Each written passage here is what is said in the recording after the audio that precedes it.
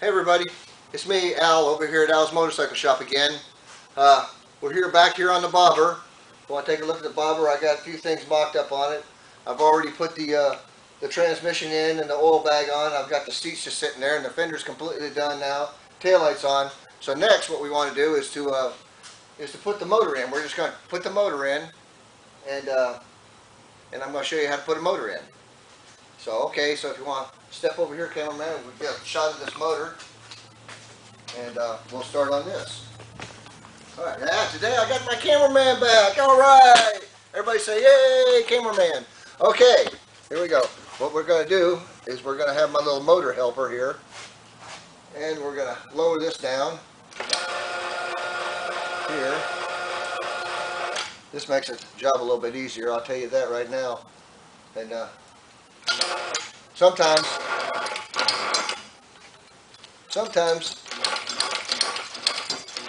you just have to grab these motors and pick them up. They're pretty heavy.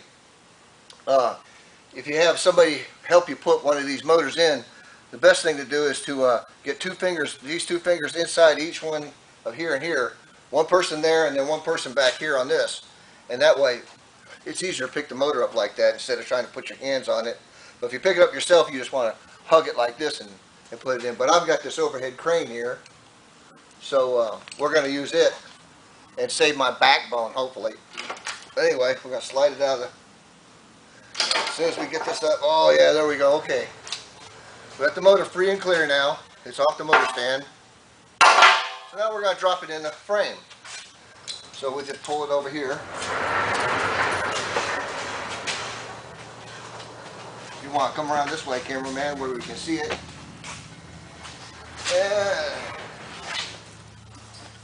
this is not very hard to do. Listen, come right around here, if you don't mind.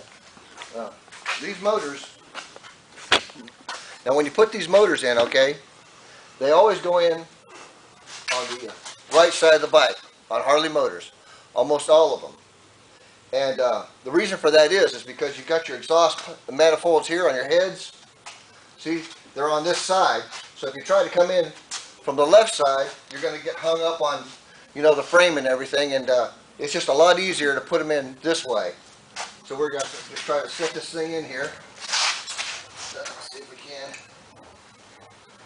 And we'll just lower it down a bit here.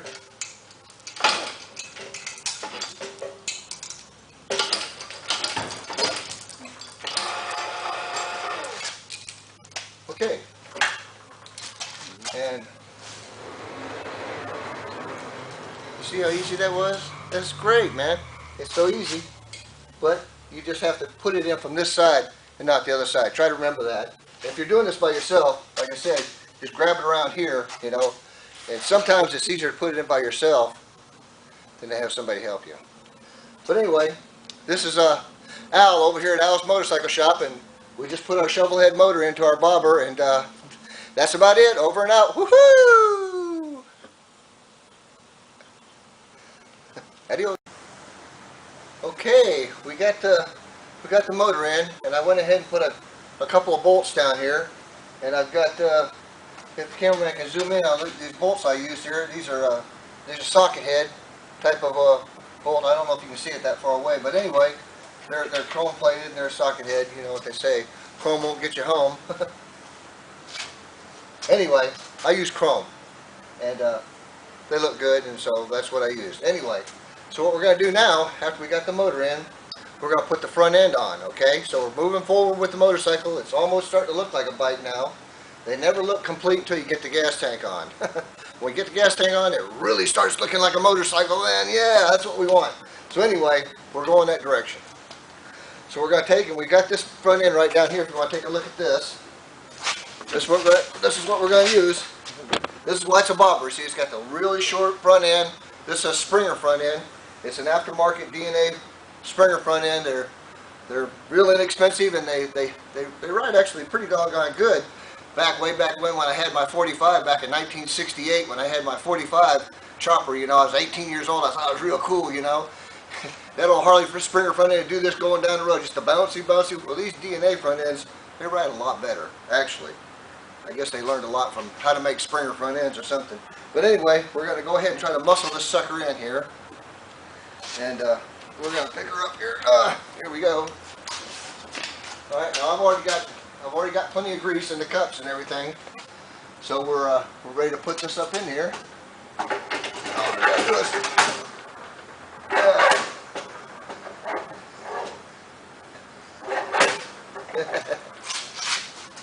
sometimes this is not easy, as you can tell.